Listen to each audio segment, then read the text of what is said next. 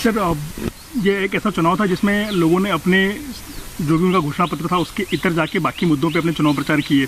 भाजपा की ओर से भी कई मुद्दे रहे, विपक्ष ने भी कई ऐसे मुद्दे उठाए जो कि उनकी घोषणा पत्र में भी नहीं। तो आपको क्या लगता है कि इन चुनाव में कौन से मुद्दे ऐसे रहे जो जनता के दिमाग में घर कर गए और जनता ने उनको ध्यान में रखा? जनता ने एक ही बात ध्यान में रखी, मोदी की गारंटी मतलब गारंटी पूरी होने की गारंटी।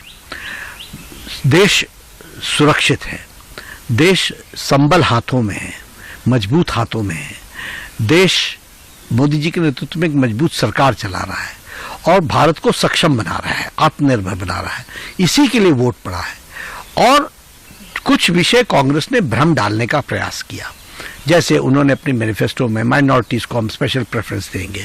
माइनॉरिटीज का मतलब उनके लिए मुस्लिम है, मतलब तुष्टीकरण है, मतलब सेकुलरिज्म से भटकाने की बात है।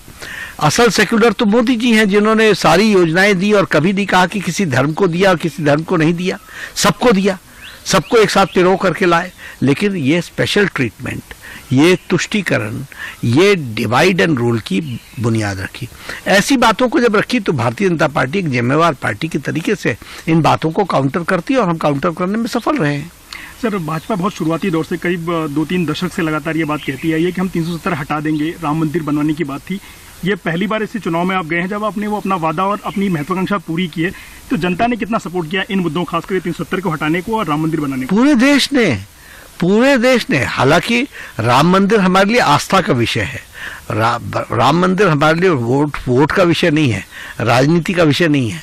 धारा 370 हमारे लिए देश का विषय है और वो कोई वोट की दृष्टि से नहीं, लेकिन सारा देश के साथ खड़ा रहा है और सबको समझ में आया कि राष्ट्रवादी पार्टी भारतीय जनता पार्टी ने ये दोनों भारत का गौरव भी बचाया है, राम मंदिर बना करके भारत की विरासत, भारत की संस्कृति, उसकी रक्षा की है।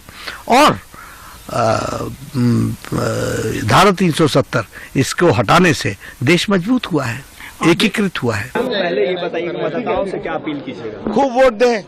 आज तो गर्मी भी कुछ कम हुई है, ईश्वर की बड़ी कृपा है, तो बहुत उत्साह लोग देख रहे हैं, वोट देंगे और बहुत निर्णायक विजय हो रही है देश में, बिहार में और पटना साहिब में। राहुल गांधी तो कह रहे हैं कि प्रधानमंत्री बनने जा रहे हैं। दिन में सपने देखने पर कोई प्रतिबंध नहीं है।